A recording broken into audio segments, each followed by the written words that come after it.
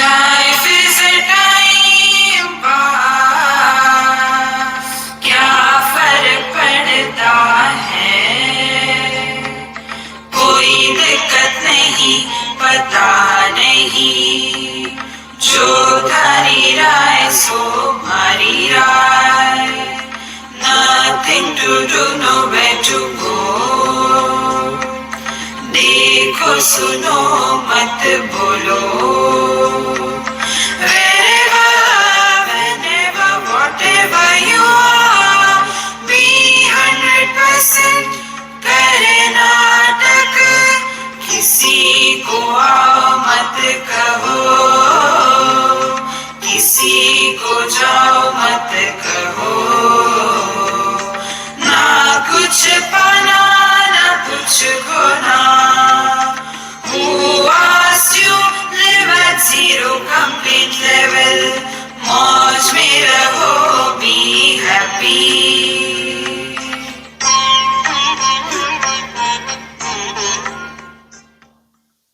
श्री कृष्णा श्री कृष्णा श्री कृष्णा।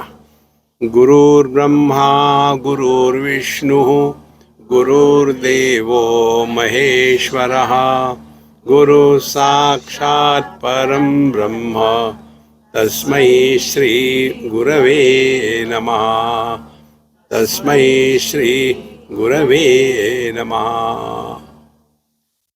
हम लोग वेदांत डिंडिमा पढ़ रहे हैं। वेदांत का डिंडिमा का तात्पर्य उद्घोष। आप बाहर जाकर कुर्सी पर बैठो, वहां सुनने को अच्छा आएगा, स्पीकर वही है। तो क्या वेदांत का उद्घोष है? वेदांत का उद्घोष है कि आप साक्षात परब्रह्म परमात्मा हो। आपको कुछ पाना नहीं है जीवन में। यही हमने जो अभंग सुना तुकाराम महाराज का, वो यही था। अणोहो अणीयान महतो महीयान, आत्मा स जंतो निहितो गुहायाम, तमक्रतु पश्यति वीत शोकहा। हमारा स्वरूप सूक्ष्मता से भी सूक्ष्म है और सबसे बड़े से भी बड़ा है, महतो महीयान। ऐसा हमारा स्वरूप है। तो यह जो हम है, अणुरणीया एवढा तुका आकाशा एवढा। See the extreme contradictions. और फिर उसका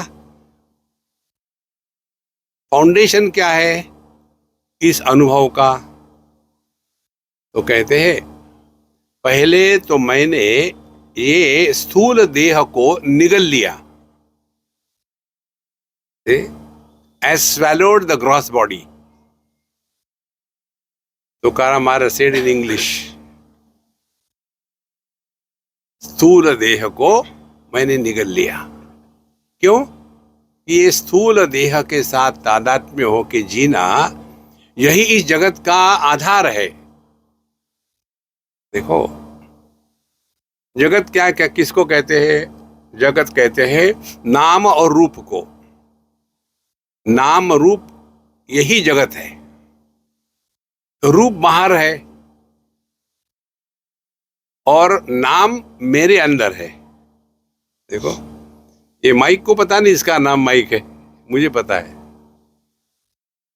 तो जगत जो नाम रूपात्मक है, रूप बाहर नाम अंदर। और यदि नाम रूपात्मक जगत है तो जगत कहाँ है? केवल बाहर है? केवल अंदर है? नहीं, दोनों जगह है। अब जगत होने से कोई फर्क नहीं पड़ता। फर्क कब पड़ता है? जब इस जगत के प्रभाव में आकर के हम सुखी दुखी होते हैं तब। और वो कैसे होता है? रूप बाहर है, नाम अंदर है। बाहर का रूप देखा और अंदर नाम माने शब्द बोलना शुरू कर दिया। कौन है, कहां से आए, कब आए, कितने बजे आए, कब, क्यों नहीं जाते, जल्दी जाओ ना, कोई जरूरत है। लेकिन हमारी वो एक आदत बढ़ गई है कि किसी भी वस्तु को देखो या सुनो, उस पर कमेंट करना ही है। वहां से जगत शुरू होता है। यदि इस सिद्धांत को आप ग्रहण कर सकते हो, तब ये हमारा जो महामंत्र है, देखो सुनो मत बोलो, मीनिंग आपके जीवन में अच्छी बुरी बातें आएगी, लेकिन आप रिएक्शन नहीं करेंगे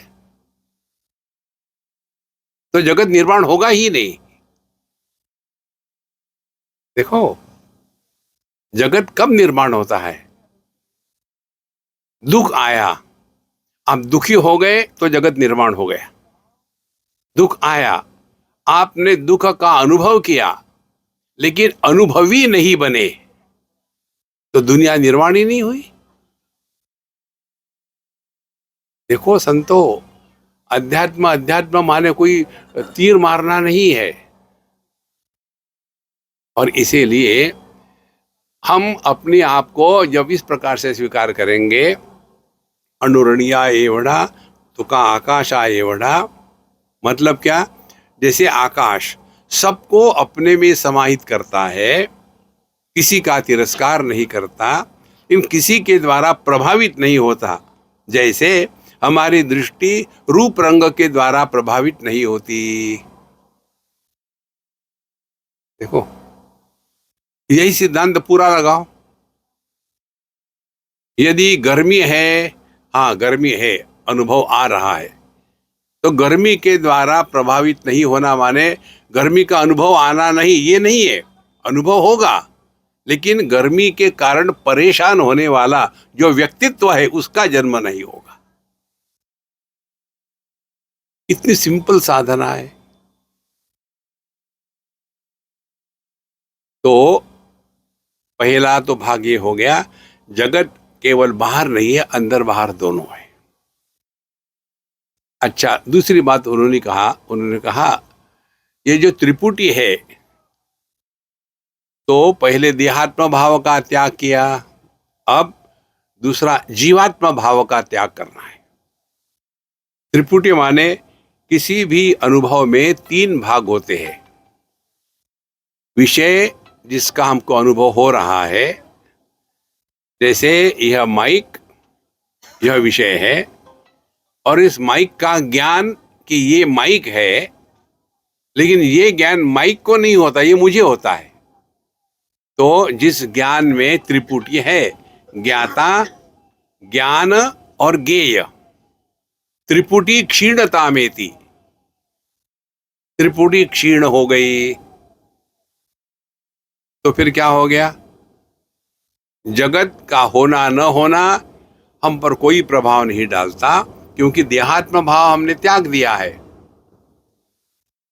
जिस अनुभव में हम सुषुप्ति अवस्था में जीते हैं, उसी अनुभव में यदि हम जागृत अवस्था में जी सके, तो हमने वेदांत को डाइजेस्ट किया है। उदाहरण अभी का, भारतीय रेलवे की जय हो, वो अपनी आवाज कर रही है। यदि हम में से कोई भी इसके कारण विक्षेपित हो रहा है, तो वो जीव है, और जो इसको सुनने के बाद भी विक्षेपित नहीं हो रहा है, तो वो परमात्मा है।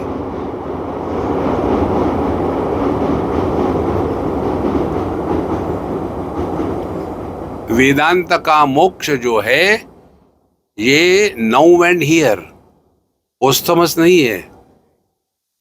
मरने के बाद स्वर्ग जाओगे, और वहां जाने के बाद पता, अरे मेरा फोन तो वहीं रह गया।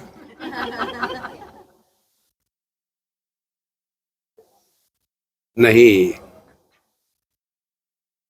देखो महाराज, इसीलिए ये त्रिपुटी जीव के क्षेत्र में है, और ये जगत जो है, देहात्म भाव सत्य मानने के बाद ही निर्माण होता है।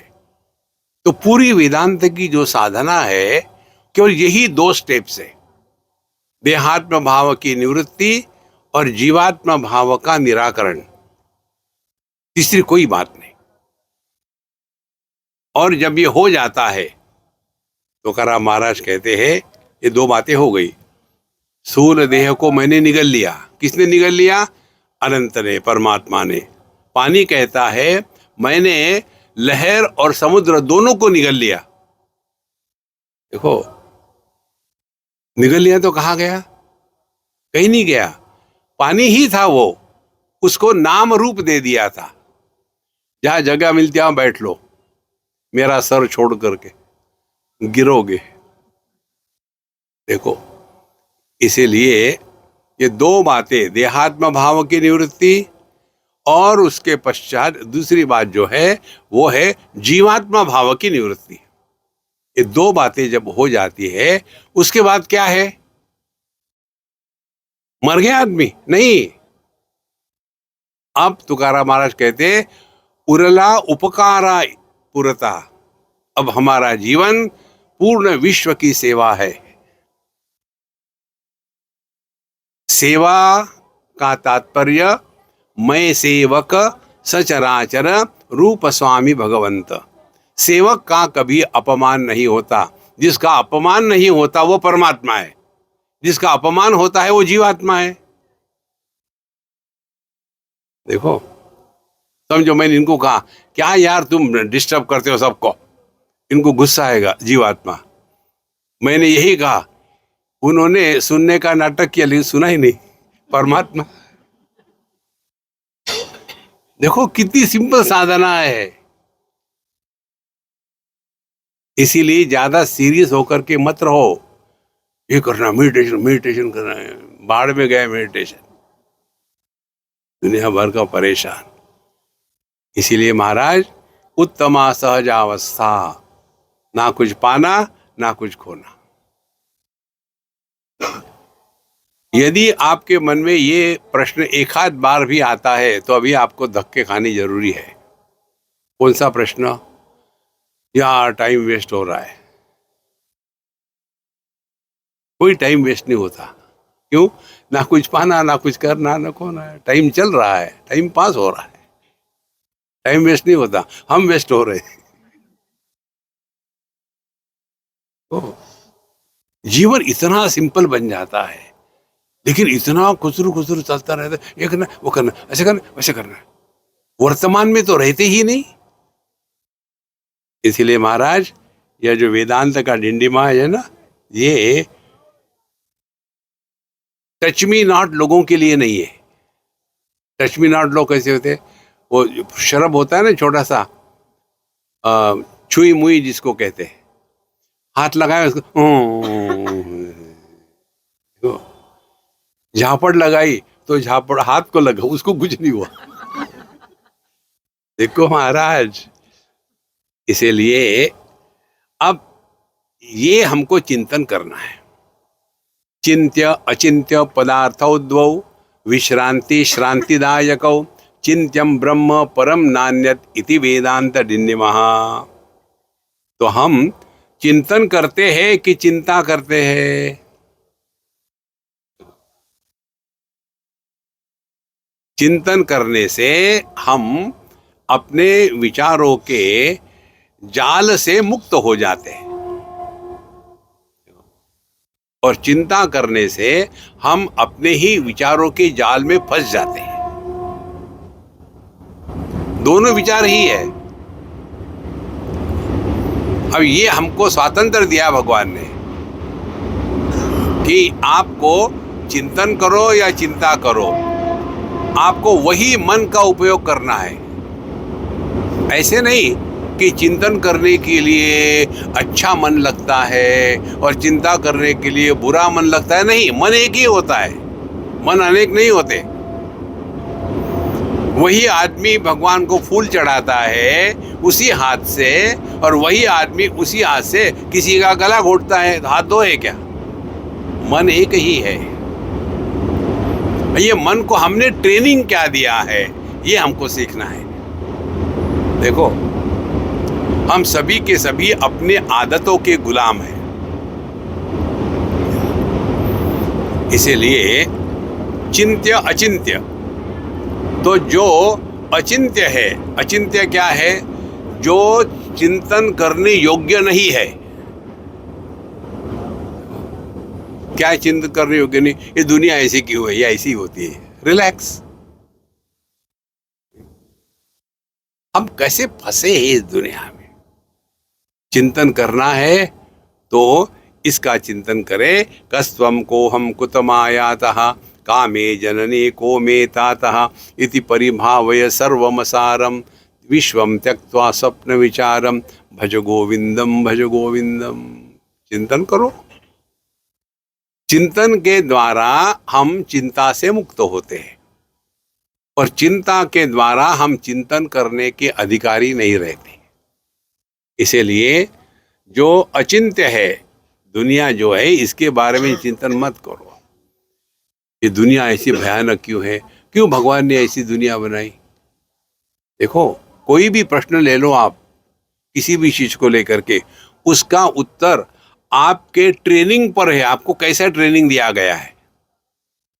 देखो, यदि आप सांख्य में, योग में फंसे हैं, तो आप इस प्रश्न का उत्तर क्या दोगे कि ये दुनिया ऐसे क्यों है?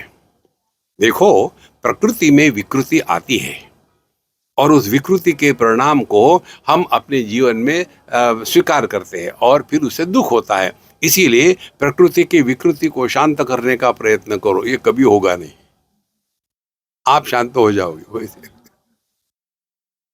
प्रश्न वही है, उत्तर ये मिला। दूसरा जो है, जो अपने रोने धोने वाले भगत जी है, उनको पूछो दुनिया कैसी? ये तो भगवान की लीला चल रही है। एक झापड़ मारा, क्या क्यों मारा? भगवान की लीला है। देखो, हमने ट्रेनिंग क्या दिया है? देखो, हम सबको विचार करने की जो प्रक्रिया है, वो हमको सत्संग में ट्रेनिंग मिलता है उसका। देखो, ट्रेनिंग करो, हमको और कुछ नहीं करना। और यदि आपका वेदांत का ट्रेनिंग होगा तो क्या होगा? देखो, ये उदाहरण हमने दिया था एक बार, कई बार दिया था। हमारे ऋषिकेश की बात है। हम कहीं खड़े थे गंगा जी के किनारे, बड़ा आनंद है, शांत, पवित्र, शुद्ध, भीड़ भड़का नहीं। तो इधर आके बैठो, मेरे सर पे मत बैठो इधर। तो वहाँ हम खड़े थे, गंगा जी का आनंद ले रहे थे। तो वहाँ एक छोटा सा बालक रो रहा था, वहीं बैठो, रो रहा था। तो हमको क्या फर्क पड़ता है? हर एक का अपना स्वातंत्र, रोने दो। लेकिन जिनको हर जगह जाकर के मुंह मारने की आदत होती है ना, वैसी 3 माताएं थी। आपको दूसरे उदाहरण आते नहीं क्या? उदाहरण के लिए माता ही ठीक है, हर जगह फिट हो जाती है। तो वहाँ 3 माताएं थी, और हम खड़े थे, आराम से आनंद में थे। अब कुछ जरूरी है क्या समझे ये बच्चा क्यों रो रहा होगा? अब क्या तुमको पूछ के रोएगा? मैंने मुझे नहीं मालूम, आप बताओ। तो उसमें 3 ब्रांड थे माताओं के। एक माँ थी, तो माँ क्या सोच सकती है? एक ही सोच सकती है, क्या? भूख लगी होगी। They cannot go beyond it. अच्छा, तुमको पता है? फिर मुझे क्यों पूछा? तुम बताओ। वो डॉक्टरनी थी। डॉक्टरनी कैनॉट थिंक हेल्थ। उसको पेट में दर्द हो रहा होगा, इसलिए रो रहा। तीसरी सोशल वर्कर थी। Social workers are the cancer on our society. हमारे देश में चुप, राई का पहाड़ बनाना इन लोगों को आता है। तो तीनों का हो गया। फिर हम, आप बताओ ना। हम नहीं बताएंगे। बच्चा है, रो रहा है, उसी को पूछो ना। हाँ बेटा, तुम क्यों रो रहे हो? ऐसे ही टाइम पास शुरू। अब मुझे बताओ, इसमें सत्य उत्तर किसका है? बच्चे ने बताया, वही सत्य है ना। ये दुनिया ऐसे क्यों बनाई, इसका प्रश्न आप भगवान को पूछो ना, जिसने दुनिया बनाई है। देखो महाराज, हमारी जो प्रश्न पूछने की पद्धति है वो गलत है। इसीलिए अचिंत्य माने जो चिंतन करने योग्य नहीं है वो है ये दुनिया, और चिंतन करने योग्य क्या है? वो है परमात्मा। अब परमात्मा का तो चिंतन किया ही नहीं जाता, क्योंकि वहां मन बुद्धि चित्त अहंकार जाते नहीं। तो परमात्मा का चिंतन करना माने क्या? दुनिया का चिंतन करना छोड़ दिया। ये दुनिया ऐसी की ऐसी है, हमारे बम्बई की भाषा है, ऐसी है। इसीलिए चिंत्यम ब्रह्म, चिंतन करना ही है तो परमात्मा का करे। कैसे परमात्मा का चिंतन करे? दुनिया का चिंतन करना छोड़ दे। नींद माने क्या? नींद में कुछ प्राप्त होता है क्या? नींद में सब त्याग देते हैं हम। तो जो सबके अभाव में है वो हम है। चिंत्यम ब्रह्म परम नान्यत इति वेदांत डिन्निमः। इसीलिए इस दुनिया में खामोखाम अपने मन को, टाइम को वेस्ट मत करना। मस्त रहो, चुस्त रहो, स्वस्थ रहो, व्यस्त रहो। ध्येया ध्येय पदार्थ उद्भव धी समाध्य समाधिदौ ध्यातव्यम ब्रह्म नैवान्यत इति वेदांत डिन्निमः। ध्येय अध्येय दो पदार्थ है। पदार्थ माने शब्द और उसके अर्थ। एक ध्येय है, ध्येय करने योग्य, और अध्येय माने जो ध्येय करने योग्य नहीं है। तो धी समाधि असमाधिधौ। तो एक है जो ध्येय करने योग्य, क्या है? ध्यातव्यम ब्रह्म। परमात्मा का, ब्रह्म का ध्यान करना माने क्या? देखो, रूप रंग को देखते हुए अपने दृष्टि में आकर के बैठना माने क्या? आंखें बंद करने की जरूरत नहीं। शब्द का श्रवण हो रहा है, लेकिन किसी भी शब्द के द्वारा प्रभावित नहीं हो रहे। रूप रंग का दर्शन हो रहा है, लेकिन किसी के भी द्वारा प्रभावित नहीं हो रहे। प्रभावित होना माने क्या? प्रभावित होना माने कमेंट करना। कितनी ठंडी है, नहीं आज जरा कम ठंड है। देखो गंगा जी में कितने लोग आ रहे हैं, इतने लोग, कितने। ऐसे लगता है कि आज कम हो जाएगी, भीड़ भीड़ बढ़ती जा रही, बढ़ती जा रही। पता नहीं इतने कहां से आते हैं लोग। संसार शुरू हो गया। भीड़ में जाओ और भीड़ करो, मस्त रहो। ये ट्राई करो संतो, ये कमेंट करना बंद कर दो। देखो, सुनो, मत बोलो। इसीलिए परमात्मा का ध्यान करना माने दुनिया से अपने मन को हटाना। नींद क्या है? नींद माने देहात्म भाव का त्याग। नींद माने जीवात्म भाव का त्याग। और इसीलिए नींद में हम स्त्री पुरुष जवान बूढ़े नहीं होते। नींद में हम प्रयागराज या बम्बई में नहीं होते। नींद में हम 2025 या 2024 में नहीं होते। नींद में हम पति पत्नी भाई बहन माँ बाप नहीं होते, लेकिन होते हैं ना। यह जो निर्विशेष अनुभूति है, ध्यातव्यम, इधर ध्यान दो। इसके लिए हमने जो टेक्निक बताया है बड़ा सिंपल है। हमारा स्वरूप क्या है? निर्विशेष सत्ता। कोई भी अपने में विशेषता को थोपो मत। निर्विशेष। जैसे आकाश निर्विशेष है, उसका ना कोई आकार है, ना कोई विकार है, ना कोई प्रकार है, ना कोई संस्कार है, और इसीलिए ना अहंकार है। ये निर्विशेष है। इसी प्रकार से इस जगत में जब हम रहते हैं तो परमात्मा का ध्यान करना माने जगत के किसी भी अनुभूति के द्वारा अनुभवकर्ता का जन्म नहीं होना। Experience without the birth of an experiencer is God realization. ध्यातव्यम ब्रह्म, उधर ध्यान दो, करो मत। ध्यान करोगे तो उचकी लगेगी, फिर हेडेक होगा, और फिर एक ही बार लगेगा। एक बार वही ध्यान कर रहा था और उसके बाद वहां बहुत लाइट आया, फिर उसके बाद आया ही नहीं लाइट। क्या हो गया? बिजली चली गई होगी और कुछ नहीं। एक थंब रूल आपको बताते हैं, जो आता है जाता है वो सत्य नहीं है। जो ना कभी आया ना कभी गया वो सत्य है। आकाश कहीं आता जाता है क्या? आकाश में सब कुछ आता जाता है। मन आता जाता है, कभी आता है जागृत अवस्था में देह के साथ तादात्म्य किया, कभी अपने ही विकारों के साथ तादात्म्य किया, सूक्ष्म देह बना, कभी उसका अभाव हुआ।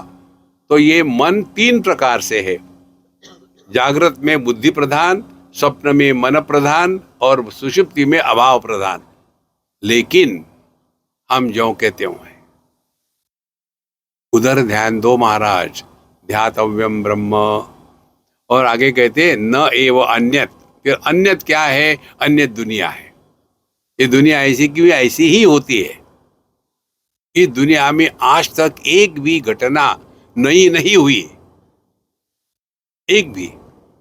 उपनिषद में आता है ब्रह्मा जी ने दुनिया कैसी निर्माण करी, कहते यथा पूर्वम अकल्पयत, जैसे पहले थी वैसी ही। देखो, एक इंजीनियर सो गया और खूब खर्राटे मारे, तो अब वो इंजीनियर नहीं रहा। जब जग जाएगा तो क्या डॉक्टर बन के उठेगा? देखो, इसी प्रकार से हमारा जागृत अवस्था का अनुभव और हमारी सुषुप्ति अवस्था का अनुभव, तो क्या हो गया? पहले अव्यक्त है अनमैनिफेस्ट, फिर व्यक्त हो गया मैनिफेस्ट। ये हमारे लेवल पर है। तो जब हम सोते हैं वह सब गायब हो जाता है, उठते हैं तो वहीं से शुरू होता है। जैसे अपने कोई आप म्यूजिक प्ले कर रहे हो, आपने कोई सॉन्ग प्ले किया, बीच में कोई आप बंद कर दिया और फिर शुरू हो गया, तो फिर वहीं से शुरू होता है। इसी प्रकार से जब तक मन पर संस्कार रहेंगे आपका संसार खत्म नहीं होगा। तो जैसे हमारी नींद है उसको कहते मिनी प्रलय, और जो समष्टि की नींद है उसको कहते हैं महाप्रलय। देखो महाराज, ये समझो, ये कठिन नहीं है, बहुत सिंपल है।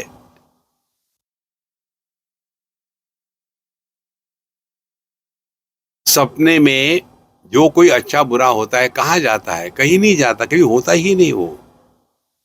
और दूसरी बात, सपने में समझो हमने कोई अच्छे बुरे लोग देखे, कोई हमको मदद करने वाला, कोई कष्ट देने वाला, और मदद करने वाले बहुत मिले, कष्ट देने वाला एक आध मिला, और फिर ये सब नींद में हो रहा है, माने ड्रीम में हो रहा है, और ड्रीम खत्म हो गया। उसके बाद हम चिंतन करेंगे क्या? यार वो अच्छे लोग जो मुझे मदद कर रहे थे अब कहाँ गए होंगे बेचारे? वो कुछ नहीं, सब खत्म। इसी प्रकार से ब्रह्मा जी के ड्रीम में हम है, आप है। जब ब्रह्मा जी सो जाते हैं तब वो हम सब खत्म। उस समय वो बेचारे कहाँ गए होंगे? और फिर जग जाते। ब्रह्मा जी का जगना माने ब्रह्मा जी का सपना, और हमारा जगना माने हमारा सपना। देखो, सपनावस्था जागृत अवस्था एक ही है, अलग नहीं है, दोनों में वही बात है। इसीलिए ध्येयाध्येय पदार्थो दो धी समाधि समाधदौ धातव्यम ब्रह्म नैवान्यत इति वेदांत डिंडिमा। इसीलिए वेदांत सुनने वाला वही अधिकारी है जिसने ये स्पष्ट समझ लिया है, अध्यात्म माने इच्छा की पूर्ति नहीं। तो आप जिम में जो जाते हो हेल्दी बनने के लिए नहीं, फिर आप ज्यादा ही हेल्दी हो गए थे, इसीलिए जिम में जाते हैं। योगिनो भोगिनो वापि त्यागिनो रागिणोऽपि च ज्ञानान् मोक्षो न संदेहः इति वेदांत डिंडिमः। अब कितने मार्ग है? एक तो योगी है, दूसरे भोगी है, तीसरे त्यागी है, चौथे रागी है। ये चार लोग हमने आपको बताए थे। एक प्रकार के लोग जहां फ्री कुछ होगा वहां पहुंच जाएंगे, भोगी। दूसरे हॉस्पिटल में पहुंच जाएंगे, रोगी। तीसरा मंदिर में पहुंच जाएंगे, वो हो गए कामी। और चौथा कुंभ मेले में पहुंच जाएंगे। देखो यहां आपको क्या मिल रहा है? You just can't explain this.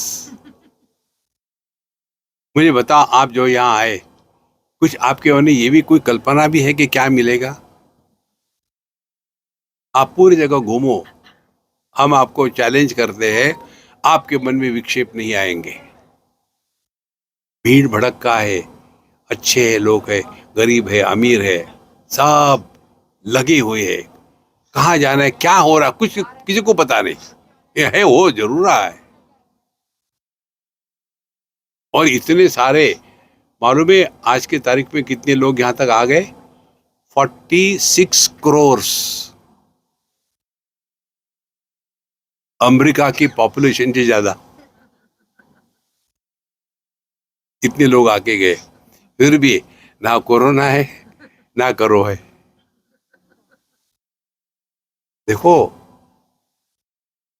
इसीलिए जब तक हमको कुछ पाना है तब तक कि हम संसार में हैं। और ये हमको करना कुछ नहीं, अपने अनुभूति से सीखना है। हम जब सोते हैं तो क्या मिलता है? कुछ नहीं मिलता, सब त्याग देते हैं। तो जो व्यक्ति अपने ही अनुभूति से नहीं सीख सकता, वो सत्संग में आके सीखेगा? फिर सत्संग में कौन सीखता है? बोलने वाला। क्या सीखता है? या तू बोल रहा है लेकिन कोई मानता नहीं है, ठीक है। हम तो एकदम पक्के हो गए इस सिद्धांत को लेकर के। अभी हमको एक किसी का इनविटेशन आया, स्वामी जी हमारी शादी है, आप आ जाओ। मैंने ठीक है, मैं आ जाऊंगा। मैं जाऊंगा नहीं। कारण क्या? मैंने देख लिया है कि मेरे शादी में जाने से क्या फर्क पड़ता है? एट दी मोस्ट डाइवोर्स होगा। और हो जाते हैं। अरे इसीलिए अब मैंने शादी में जाना छोड़ दिया है।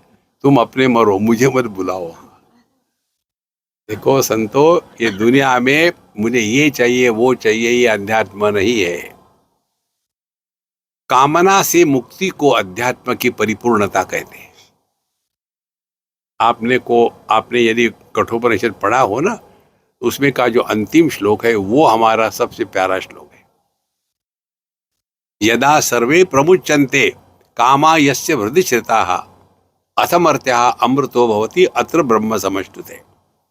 जब हमारे मन में एक भी कामना नहीं रहती, अच्छी या बुरी, एक भी कामना नहीं। देखो, कामनाओं के इतने सूक्ष्म रूप होते हैं। सबसे सूक्ष्म रूप ये है कि हम अटेंशन सीख करते हैं। देखो, हम गए, हमारा तरफ देखा भी नहीं। नाक साफ करो, कितना एक्सपेक्टेशन होता है। इसीलिए कोई भी हो, योगी सबसे ज्यादा परेशान होते हैं, त्यागी उससे भी ज्यादा परेशान होते हैं, तपस्वी वो महा परेशान होते हैं। कारण क्या? वो अपने मन पर अत्याचार करते हैं। इसीलिए आप देखेंगे योगी और तपस्वी ये दूसरे को शाप देने में एक्सपर्ट होते हैं। They are the mobile shopping centres. Shopping, SHAPING। इसको शाप दिया, उसको शाप दिया। देखो, Durvasa Rishi known for his expertise. मुझे सबसे मजा भी आया इसी चीज का। भोले बाबा को शाप दे दिया, तुम्हारी शादी में परेशानी होगी। बोले ठीक है, क्या फर्क पड़ता है, शादी में, शादी के बाद नहीं फिर ठीक रहेगा, फिर ठीक है। देखो महाराज, अपने मन पर अत्याचार मत करो। तो जब हम योग करते हैं तो क्या करते हैं, योग चित्तवृत्ति निरोधः कभी नहीं होगा। किसी भी योगी को पकड़ के पूछो, बोलना आप अपनी कसम खा के, अपनी कसम मत खाने देना उसको, ये तो मरोगे। स्वयं की कसम खा के कहो, क्या तुम्हारा चित्तवृत्ति निरोध हुआ है? किसी का नहीं होता। चित्तवृत्ति का निरोध की परिभाषा हमारे संत ज्ञानेश्वर महाराज ने बड़ी अच्छी दी है। बोले मन को नियंत्रण में ला करके रखना ये वैसा ही है जैसे एक लड़का अपने स्कूल के लेबोरेटरी में, केमिस्ट्री की लेबोरेटरी में था, उसमें उसने देखा एक बोतल में, कांच की बोतल, उसमें लिखा हुआ था मर्क्यूरी। अब मर्क्यूरी है लिक्विड मेटल, तो उसको बड़ी आश्चर्य, कैसा होता है, क्या होता, देखा कोई है नहीं, लेकिन जाके उठाया और भारी होता है, वो हाथ से सड़क गया, नीचे गिरा, टूट गया। अब वो मर्क्यूरी जो है फैल गया, अब वो उसको उठा करके रखना चाहता है, दुनिया भर का टाइम लगा है, वो हाथ में आएगा ये नहीं। इसी प्रकार से मन के नियंत्रण में परेशान मत हो। फिर मन के जो विचार है, वृत्तियां है, चित्त वृत्ति निरोध, ये मन के विचारों के कारण को समझो। हम जो बता रहे हैं ना, पुस्तक में नहीं है, कहीं है। कोई भी विचार, कोई भी वृत्ति बिना बीज के उत्पन्न नहीं होती। देखो, एक बार हम दिल्ली में थे, वहां की बात है, हमने बताया आपको 10 बार, अपने अनुभूतियों से सीखो, हमने वहीं से सीखा है। हमने बढ़िया बनाया बेड और पानी भी नहीं डालते थे और देखते थे अब उसमें पौधा आएगा या ऐसा आएगा, कुछ आया ही नहीं। फिर हमने बगल वाले का गार्डन में देखा, यार तुम्हारे यहाँ इतना अच्छा आता है, मैं भी रोज पानी देता हूँ, कुछ आता ही नहीं, क्या कारण है? बोले आपने कौन सा बीज लगाया?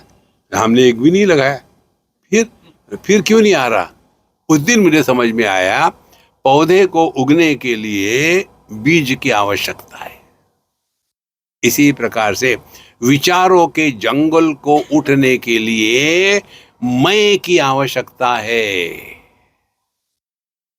कौन है ये मैं? पति पत्नी, भाई बहन, माँ बाप, सास ससुर, ये सारे ससुरे अंदर में बैठे हैं। और फिर कहते चित्तवृत्ति निरोध, मैं तो करना चाहता हूं लेकिन मेरी बीवी इतनी भयानक है, पता नहीं भगवान ने ऐसी क्यों बोली। मेडिटेशन। देखो महाराज, समझो, चित्तवृत्ति निरोध नहीं होता जब तक के आप विशेष बन करके रहेंगे। रिमेन एज निर्विशेष। हम निर्विशेष होते हैं सुषुप्ति अवस्था में, गहरी नींद में हम बिल्कुल खर्राटे मार के सोते हैं, एक भी विशेषता नहीं। देखो, और इसीलिए खर्राटे मारने का दुख या अभिमान नहीं होता। एक पत्नी ने हमको कहा, जब अपने मेलबर्न की बात है, कहीं हमारा रिट्रीट थी, सुबह आकर के दोनों बैठे, स्वामी जी आप इसको कहो, ये बहुत जोर से खर्राटे मारता है, और मैं जब इसको उठाती हूँ कि तू खर्राटे मत मार, तो वो कूलली कहता है मैं खर्राटे मारता ही नहीं, तुम क्यों मुझे परेशान करती हो? फिर सोकर फिर खर्राटे शुरू करता है। अब क्या करूं? हमने कहा मैं इसकी साइड लेता हूं, वो सच बोल रहा है, जो खर्राटे मारता है वो तुम्हारा पति नहीं है, सत्य है। खर्राटे मारने वाला पति नहीं है, इसीलिए उसको कोसो मत। फिर क्या करो, उसको सोने मत दो। देखो महाराज, ये अध्यात्म है। इसीलिए योगिनः अपने मन को पढ़ाओ, सिखाओ। सिखाना क्या है मन को? बहुत सिंपल बात है। देखो, हम दूसरा अपना अनुभव बताते, उससे सीख लो तो अच्छी बात है, नहीं तो बहुत अच्छी बात है। यदि आपके पैर में कांटा गया और आपका ध्यान नहीं रहा, 2-4 दिन के बाद वहां थोड़ी दर्द होने लगेगी, फिर वहाँ थोड़ा फूल जाएगा आपका टिश्यू, और फिर वो ज़रा नाजुक हो जाएगा, और फिर वो बल जाएगा, उसमें फूल गया है, और फिर भी ध्यान नहीं दिया तो उसमें कोई कीड़े जाएंगे, फिर एब्सिस होगा, पस निकलेगा, होगा ना। ये सब नॉर्मल तो नहीं होता, लेकिन बाहर की वस्तु काटा गया, ये सब होता है। क्यों होता है? क्योंकि बाहर की वस्तु ने उस टिश्यू में रिएक्शन निर्माण कर दी। तो every bulge after the introduction of a thorn is a reaction of the tissue। ये समझ में आ गया हो। इसी प्रकार से जिसको जिसको हमने अपने मन में प्रवेश दिया है, वहां जो बल जाता है उसको कहते हैं वृत्ति या विचार। उसको निकाल दो। जब प्यार करते हैं, तुम बिन जाऊं कहां, मन में अनेक विचार आए, बहुत सारे एब्सेसेस हो रही है, फिर शादी हो गई तो थोड़ी देर के लिए सब एब्सेस शांत हो गए, फिर पता चला यार गलती हो गई, फिर एब्सेस शुरू हो गए। कहां से आ रहे? पहले उस लड़की को महत्व दिया था, उसके कारण मन में विचार आ रहे थे, फिर उसी लड़की को विवाह होने के बाद फिर महत्व दे रहे हैं कि सोचा था वो मेरी बात मानेगी, लेकिन मेरी बात मानती नहीं, फिर दुखी हो गए। तो जब तक आप किसी को भी महत्व दोगे दुनिया में, आपके मन में शांति नहीं रह सकती। किसी को भी दो, भगवान को भी, वो आपको परेशान करेंगे। तो ना कुछ पाना ना कुछ खोना। इसीलिए सीन माने देखना हो रहा है, experience is happening, but experiencer is not born. देखो, आपने सब समझ लिया है, फिर इतना ही करे तो जो निर्विशेष अनुभूति है, जिस अनुभूति में विशेषता नहीं है, इसलिए योगिनः ये ढूंढ के निकालो कि जो विचार आते हैं किसको आते हैं। तो विचारों के मूल में एक व्यक्ति होता है, पति होगा, पत्नी होगी, भाई होगा, सास होगी, ससुर होगा, पुत्र होगा, पिता होगा, कोई ना कोई होगा, उसको लेकर के विचार आते हैं। सुषुप्ति में ये सब गायब हो जाते हैं, इसीलिए एक भी विचार नहीं आता। तो सुषुप्ति क्या है? सुषुप्ति में अभाव को विषय बनाया गया है। अभाव प्रत्यालंबना वृत्ति निद्रा। निद्रा माने क्या है? जिसमें सबके अभाव को विषय बनाया है, और सबके अभाव में जो होता है उसको आनंद कहते हैं। कोई कहता है क्या, यार मैं 8 घंटे खूब खर्राटे मार के सो रहा था, अब थक गया हूं। बाकी लोग थक गए थे तुम्हारे खर्राटे से। देखो, इसीलिए योगिनः, दूसरे भोगिनः। ये भोग को ये समझो आप, बिल्कुल सिंपल बात है। मनुष्य का मन किसी भी वस्तु, व्यक्ति, देश, काल, परिस्थिति, इसके प्रति हमेशा आकर्षित नहीं रह सकता।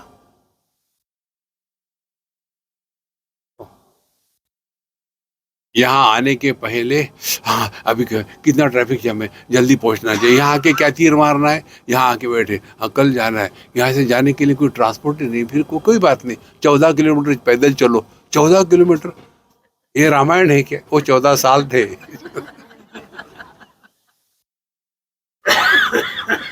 देखो महाराज, बिल्कुल सिंपल है, कठिन नहीं है। इसीलिए योगिनो भोगिनो, समझ लो, हमारा मन हमको बेवकूफ बनाता है। कभी ये अच्छा लगता, कभी वो अच्छा लगता, कभी ये करना, कभी वो करना है। मन को हमको नचाने मत देना, उसी को भोग कहते हैं। योगिनो भोगिनो, फिर त्यागिनः, सब कुछ त्याग दिया। भगवत गीता के अंतम आखिर में एक श्लोक है, सर्वधर्मान परित्यज्य मामेकम शरणम व्रज अहम त्वा सर्व पापेभ्यो मोक्षयिष्यामि मा शुचः। सबका त्याग कर दो। अब देखो, ये कन्हैयालाल के शब्द सीधे नहीं है, वो टेढ़ा है, शब्द भी टेढ़े है। तो भगवान कहते हैं सबका त्याग कर दो, उसके पहले ये सोचो तुम्हारा है क्या, किसका त्याग करोगे। एक पति आया मेरे पास, स्वामी जी मैं इतना परेशान हो गया पत्नी से। हमने कोई नई बात बताओ यार, ये कॉमन है। नहीं नहीं मैं बहुत परेशान हो गया हूँ, क्या करूँ। हमने कहा डाइवोर्स कर दो, फेंक दो, दूसरी मिलेगी, क्या इतना है। नहीं वो तो नहीं कर सकता मैं। क्यों? वो कमाती है, मैं खाता हूं, तो क्या करे। हमने कहा कोई बात नहीं, तुम्हारे पति को मैं डाइवोर्स कर देता हूं। Can I divorce somebody else's wife?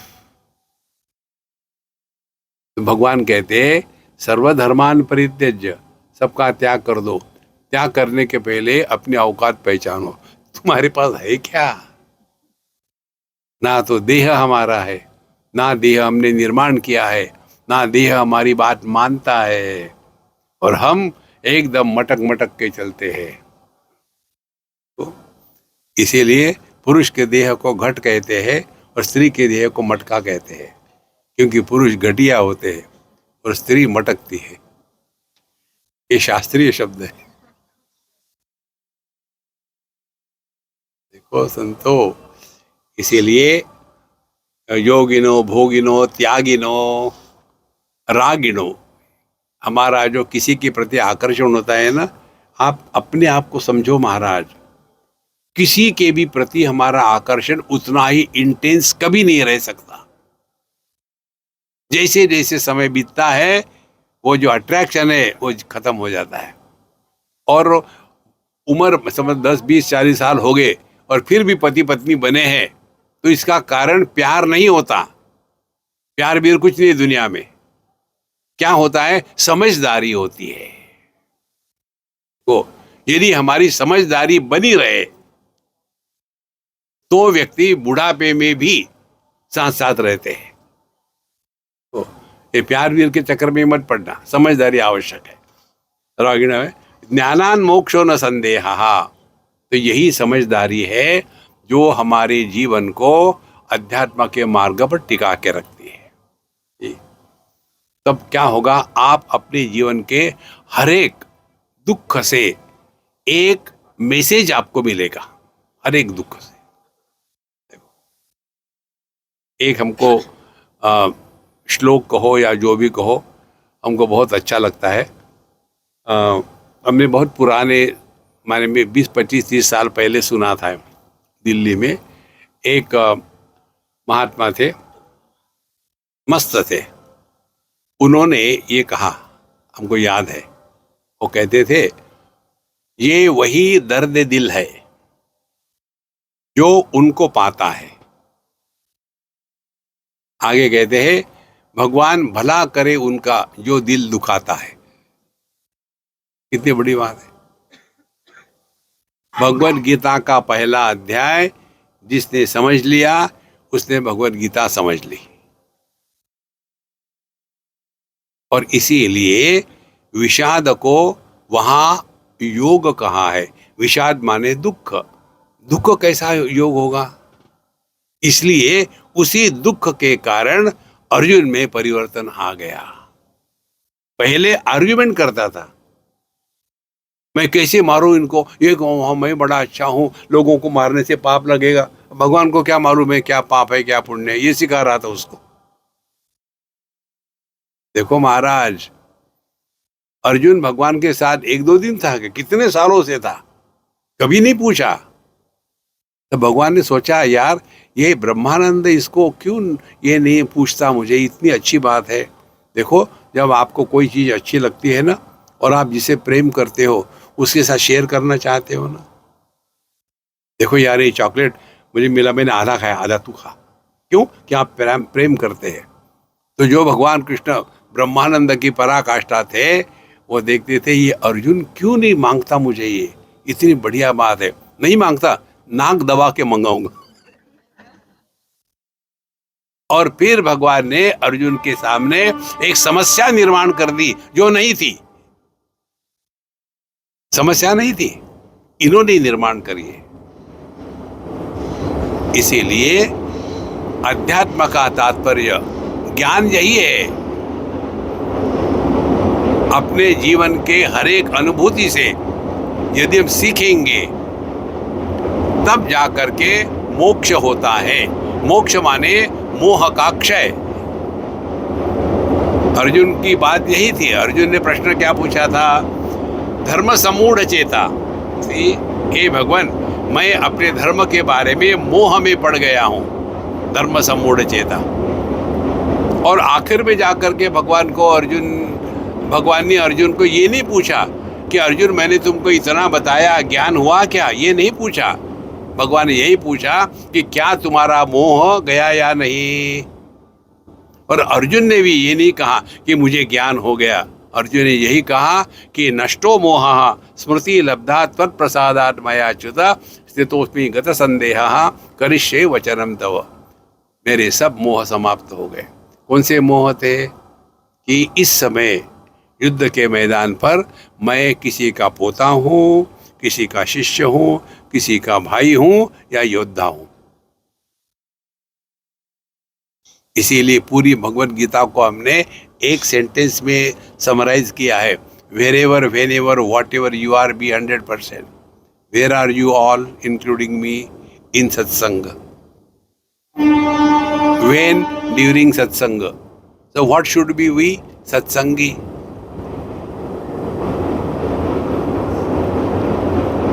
यदि आप सत्संगी हो तो ये भारतीय रेल से आप परेशान नहीं होगे।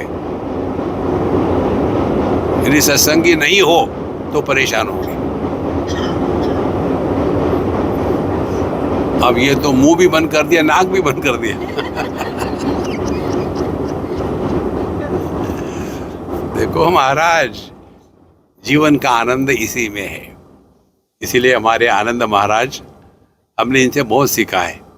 दिन रात लगे रहते हैं लेकिन हमेशा प्रसन्न, कोई कंप्लेन नहीं।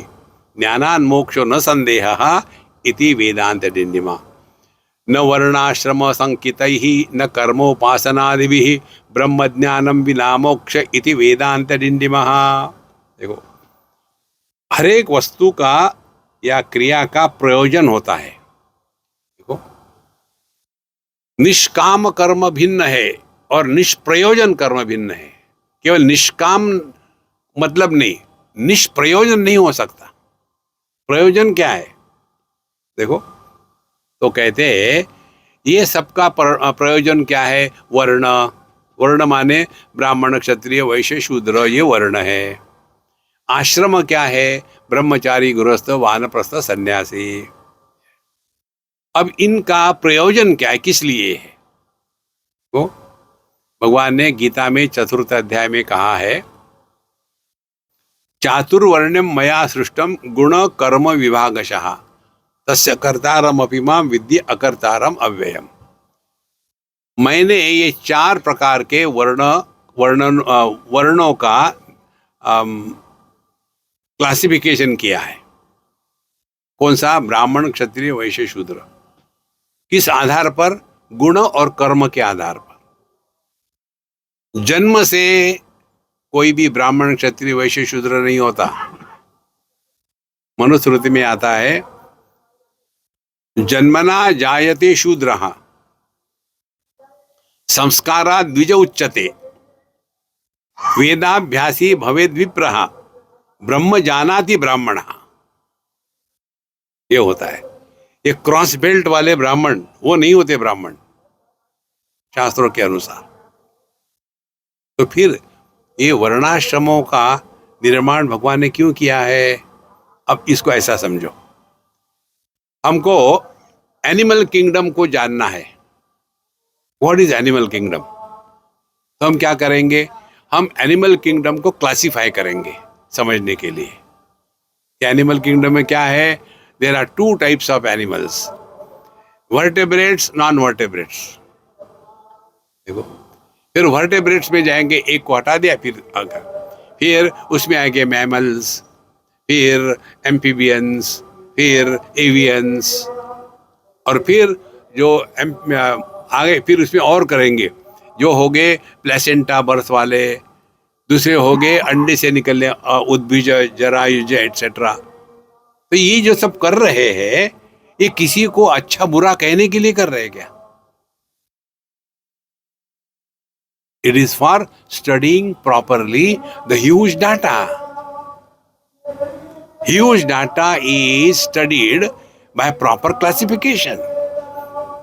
देखो, ऐसा समझो, कल्पना के लिए हमारे 4 बच्चे हैं और हमने बताया भाई ये मेरा बड़ा लड़का है, ये पीएचडी कर रहा है, ये दूसरा जो है ना ये भी उसने ग्रेजुएशन पूरा किया है, तीसरा जो है ये अभी आईआईटी की तैयारी कर रहा है, और ये चौथा अभी तीसरी चौथी में कुछ तो भी है।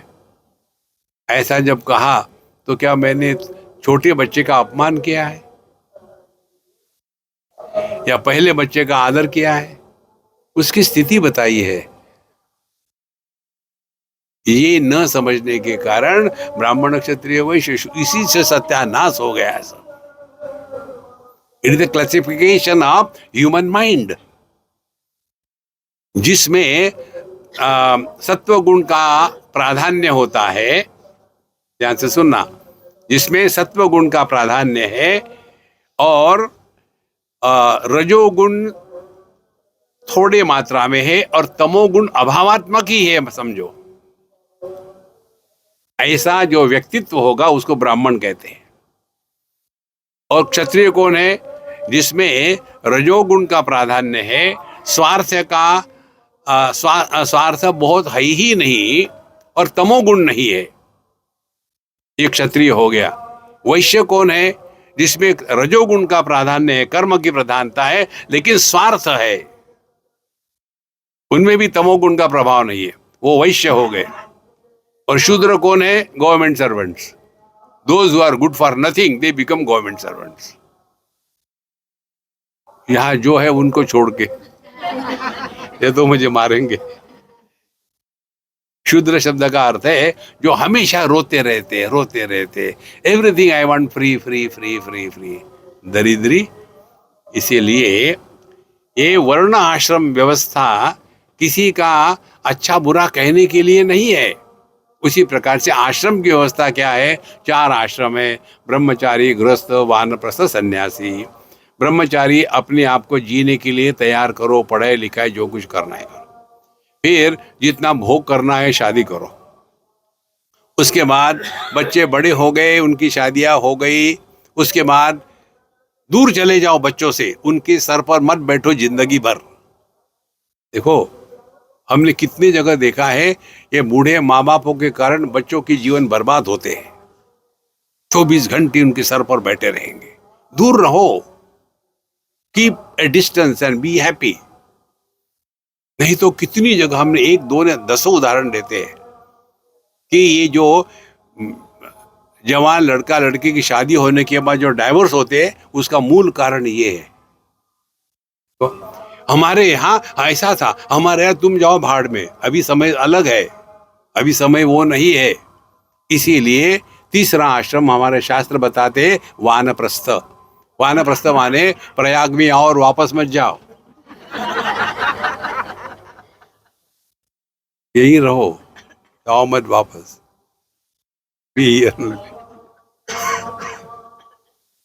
नहीं तो इतना सर खाते हैं, अरे राम राम राम। 1 2 उदाहरण आपको देते हैं हम। एक जगह में अब उनका डाइवोर्स शायद हो रहा है।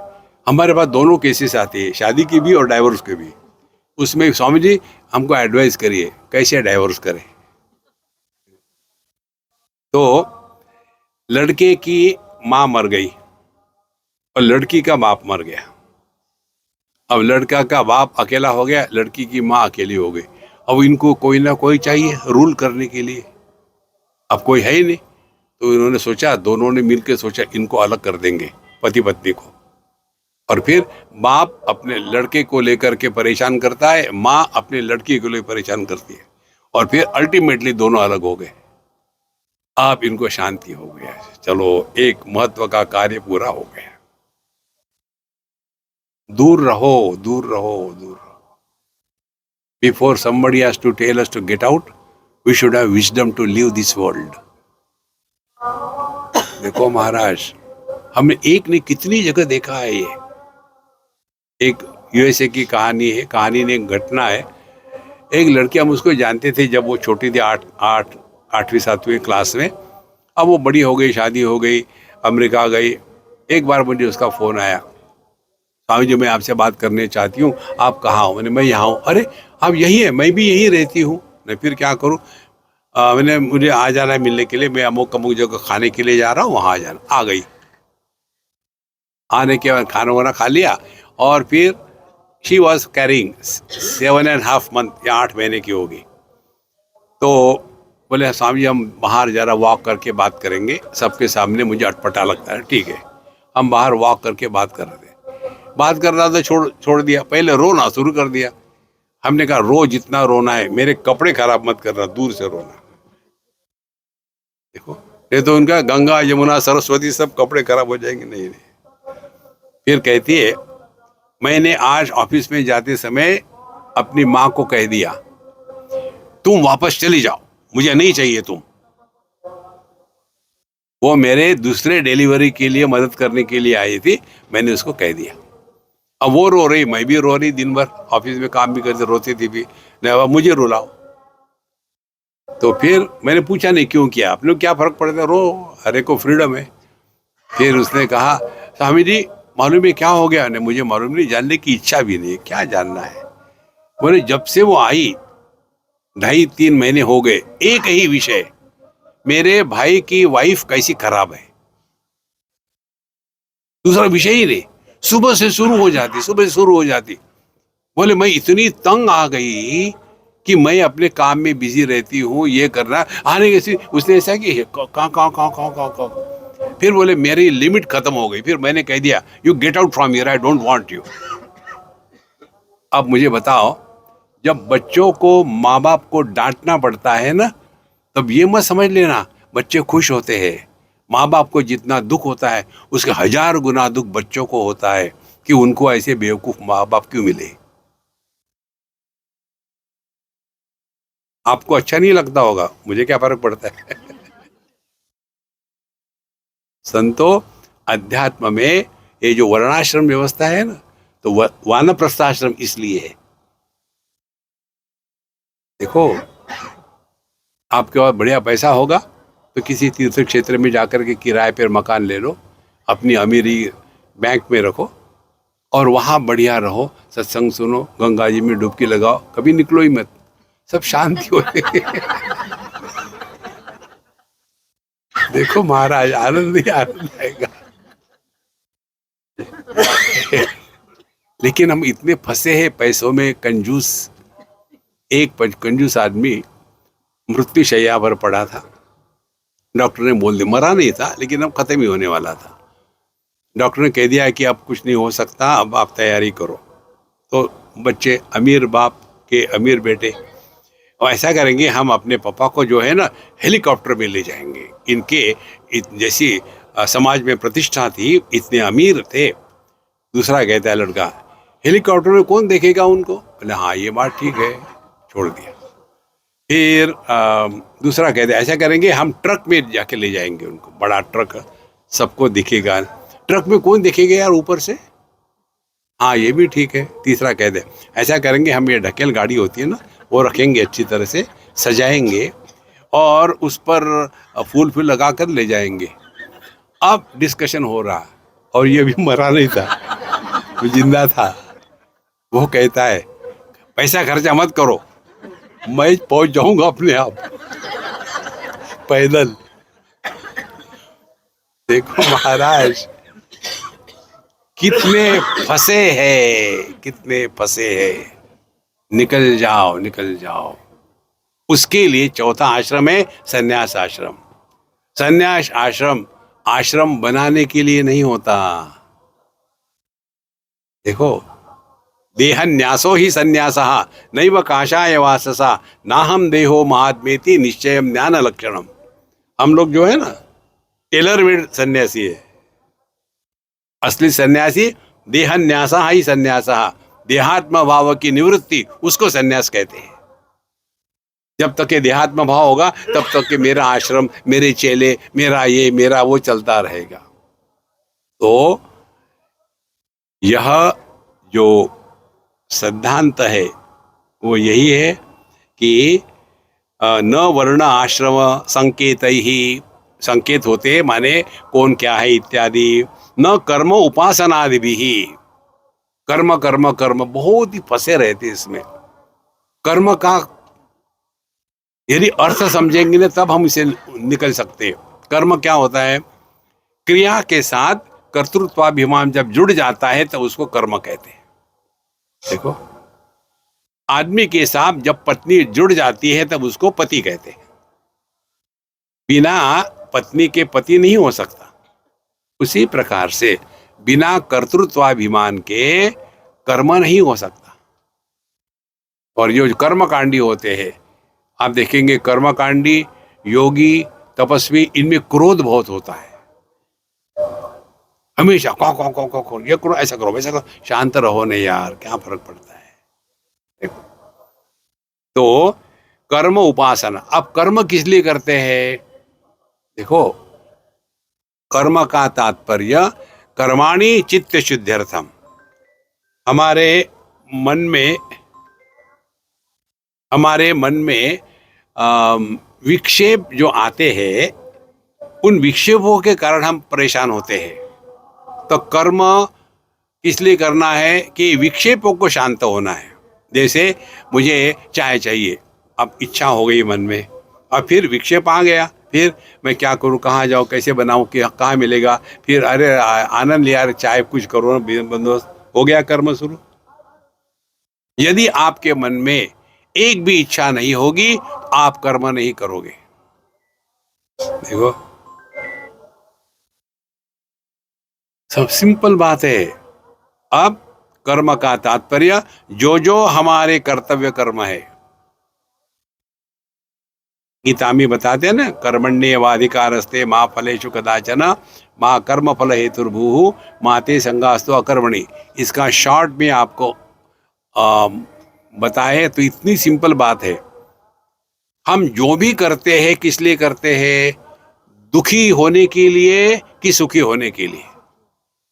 अब मुझे बता, आप सभी के सभी मेजॉरिटी शादीशुदा हो, मुझे बता, आज आप में से किसने शादी इसलिए की कि आपको दुखी होना है? अब दूसरा प्रश्न, बिना पूछे ही आपको समझ में आ गया। देखो महाराज, तो कर्म जो करते हैं खुशी को, सुख को, आनंद को प्राप्त करने के लिए ना करें। देखो, कर्म जो भी कर रहे हैं सुखी खुशी को प्राप्त करने के लिए नहीं, फिर खुश होके करें। देखो, तो जो करना है खुश होके करो ना, ये तो मत करो। इन करेंगे भी हम, क्या क्या भी करते रहेंगे तो हम सब मुझे बता दे, काम दरिद्री।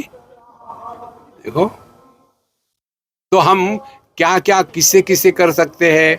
हमारे पास क्या है कर्म करने के लिए? एक तो शरीर है, दूसरी वाणी है, तीसरा मन है।